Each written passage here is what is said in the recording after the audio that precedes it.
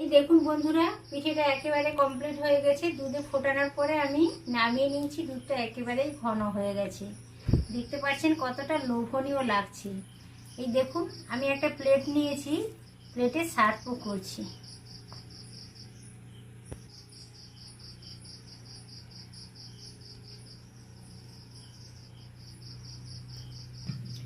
এইভাবে দেখুন,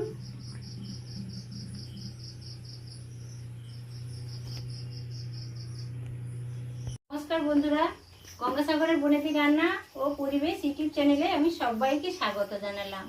বাঙালি মানেই তো পিঠে পুলি। বাঙালিদের যেরকম 12 মাসে 13 পার্বণ লেগেই আছে, সেরকম প্রতি ঘরে ঘরে কম বেশি সারা বছরই পিঠে পুলি লেগে আছে। বিশেষত শীতকাল আর বর্ষাকাল মানেই পিঠে পুলি।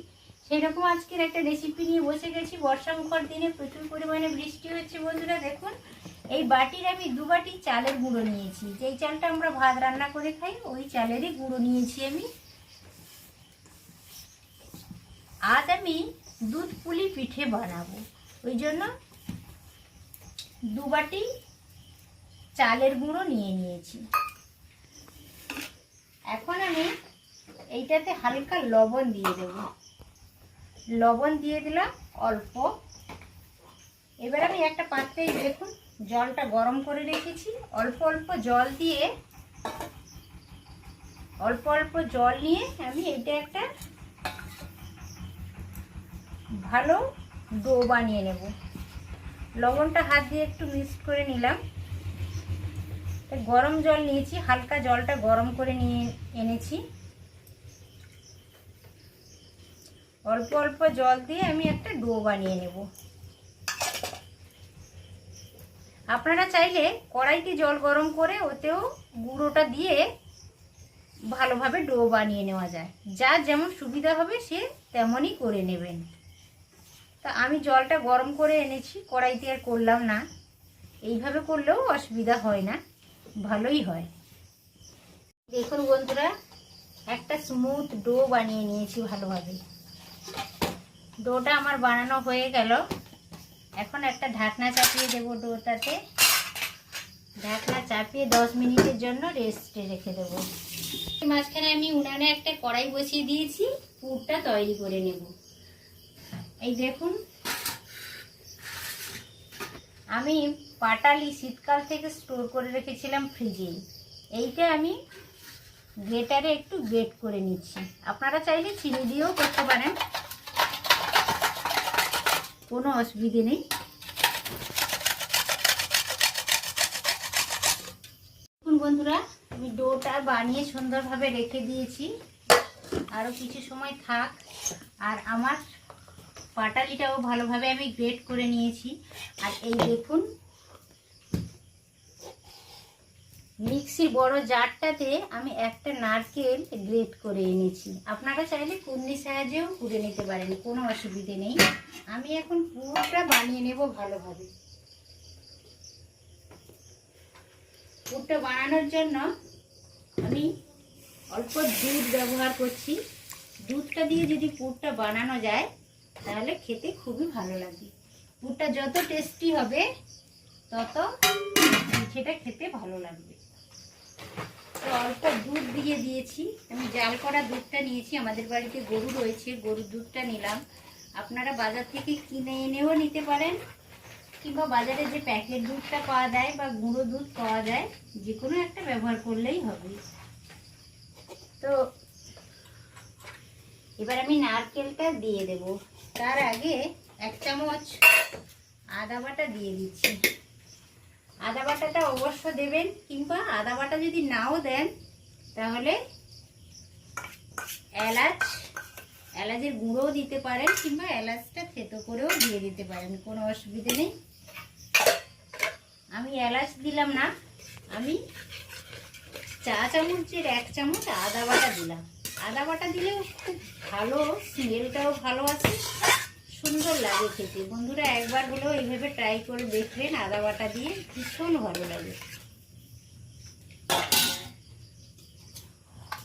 নারকেলটা এবার আমি গ্রেট করা নারকেলটা দিয়ে দিচ্ছি। আমি একটা নারকেলই গ্রেট করে এনেছি, আপনারা আপনাদের পরিমাণ মতো নারকেলটা নিয়ে নেবেন। হালকা হাতে আমি এটা ভালোভাবে নেড়ে নিচ্ছি।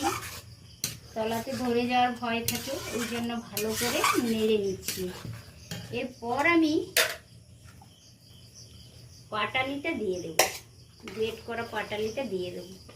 মিষ্টিটা আপনাদের নিজেদের পছন্দের, একটু বাড়িয়েও নিতে পারেন, একটু কমও নিতে পারেন। মিষ্টিটা যেমনভাবে খাবেন ওইভাবে মিষ্টিটা আপনারা ব্যবহার করবেন। আমি এখানে পাটালি ব্যবহার করলাম গ্রেট করে, আপনারা চিনিও ব্যবহার করতে পারেন। কিন্তু পাটালি বা গুড় দিয়ে এই খিরসা বা পুরটা যদি রেডি করা যায় তাহলে আলাদা একটা ফ্লেভার আছে বন্ধুরা, খেতে ভীষণই ভালো লাগে। আপনারা চেষ্টা করবেন পাটালি বা গুড়টা ব্যবহার করতে খিরসাতে, অত্যন্ত ভীষণ ভালো লাগে, অসাধারণ লাগে। আর এই ফ্লেভারটা তো ভীষণ ভালো আছে। এই দেখুন আমার পুর বা খিরসাটা একেবারে রেডি হয়ে গেছে, আমি নামিয়েও নিয়েছি।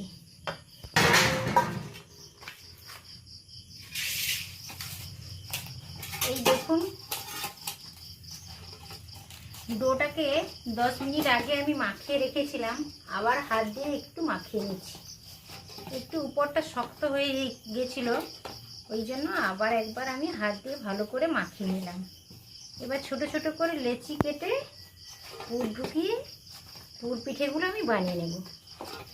ছোট ছোট লেচি কেটে আমি একটা ছোট বাটি তৈরি করে নিয়েছি। এবার অল্প অল্প করে এর মধ্যে আমি পুর ঢুকিয়ে দেব। এইভাবে পুরটা একটু চাপ দিয়ে এইভাবে পিঠেটা বানিয়ে নেব। দেখুন বন্ধুরা, এই ছোট ছোট করে আমি লেচি কেটে এইভাবে হাতের তালুতে গোল করে নিলাম, একটু চ্যাপ্টা করে নিলাম। তারপর এই বাটিটা তৈরি করতে হবে খুব ভালোভাবে। বাটিটা মোটা করলে হবে না, বাটিটা যতই পাতলা করবেন পিঠেটা ততই খেতে ভালো লাগবে। এইভাবে একটা সুন্দর, আপনারা বড়ও করতে পারেন পিঠেটা, না হলে মাঝারি করতে পারেন, না হলে ছোট করতে পারেন, আপনাদের খুশি মতো করবেন। বাটিটা কিন্তু ভালো হওয়া চাই। বাটিটাই দেখুন কতটা পাতলা হয়েছে। এইভাবে বাটিটা করে নেওয়ার পরে অল্প অল্প খিরসা বা পুর যাই বলা হোক না কেন, এইটা দিয়ে একটু চেপে চেপে এইভাবে করে নিতে হবে।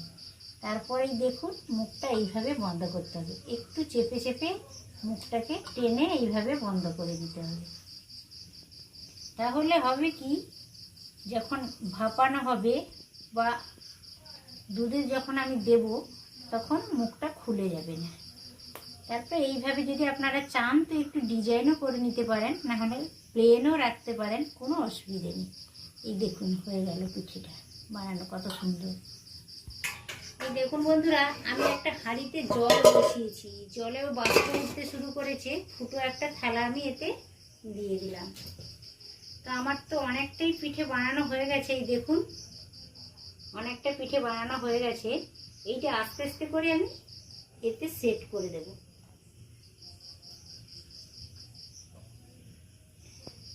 যার কাছে যেমন থাকবে, অনেকের কাছে ফুটো থালা থাকে, আবার অনেকের কাছে ফুটো গামলা গভীর বাটি মতো থাকে। তো যার কাছে যেমনই থাকে ওইটা নিয়ে নেবেন, নিয়ে এইভাবে পিঠেগুলো আস্তে আস্তে সাজিয়ে নেবেন। দেখুন সমস্ত কিছু সাজিয়ে দিয়েছি, পিঠেগুলো সুন্দর করে ফুটো থালার উপর সাজিয়ে দিয়েছি। এবার আমি ঢাকনাটা চাপিয়ে দিলাম, এইভাবে 10 মিনিট থাকবে। বন্ধুরা, এক ব্যাচ আমার পিঠে হয়ে গেছে, সেদ্ধ হয়ে গেছে, আমি নামিয়ে নিয়েছি।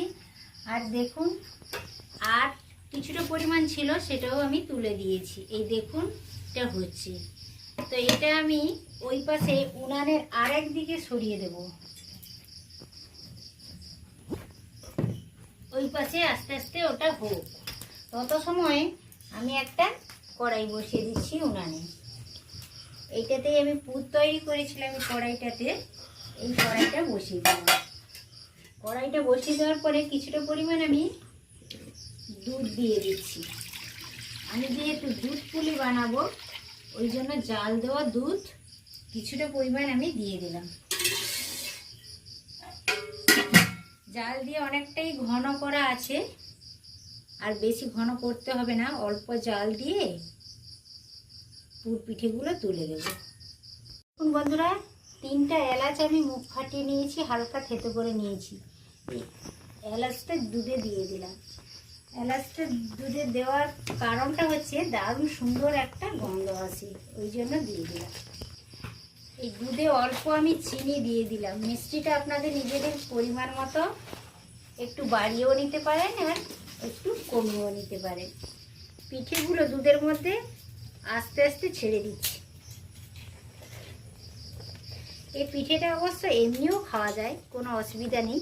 দুধের সাথে যদি দিয়ে এইভাবে হালকা ফুটিয়ে নিয়ে খাওয়া যায় তাহলে খুবই সুন্দর লাগে খেতে, কিন্তু এমনিও খাওয়া যায়, কোনো অসুবিধা হয় না।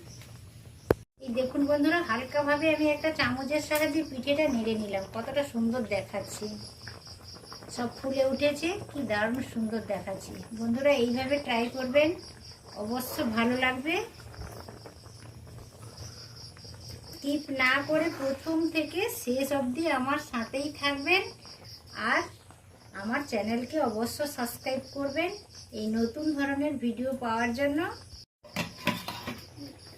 দেখুন পিঠেটা এই পাশে দেখুন দুধে সিদ্ধ করতে বসিয়ে দিয়েছি। প্রথম ব্যাচের পিঠেটা দুধে সিদ্ধই হয়ে গেছে, আর কিছুটা পরিমাণ পিঠে ছিল সেটাও হয়ে গেছে। এই দেখুন পিঠে তো গায়ে গায়ে জড়ে যায়, ওই জন্য অল্প জল দিয়ে দিতে হয় নামানোর একটু আগে, তাহলে জল পেলে এগুলো হালকাভাবে এই যে খুলে যায়, না হলে গায়ে গায়ে লেগে থাকে, ভেঙে যাওয়ার সম্ভাবনা থাকে। এই জিনিসটা অবশ্য পিঠে নামানোর আগে একবার করে নেবেন, তারপরে পিঠেটা নামাবেন। পিঠেটা আমার কমপ্লিট হয়ে গেছে, আমি নামিয়েও নিয়েছি, সার্ভও করলাম। দেখুন কতটা সুন্দর দেখাচ্ছে।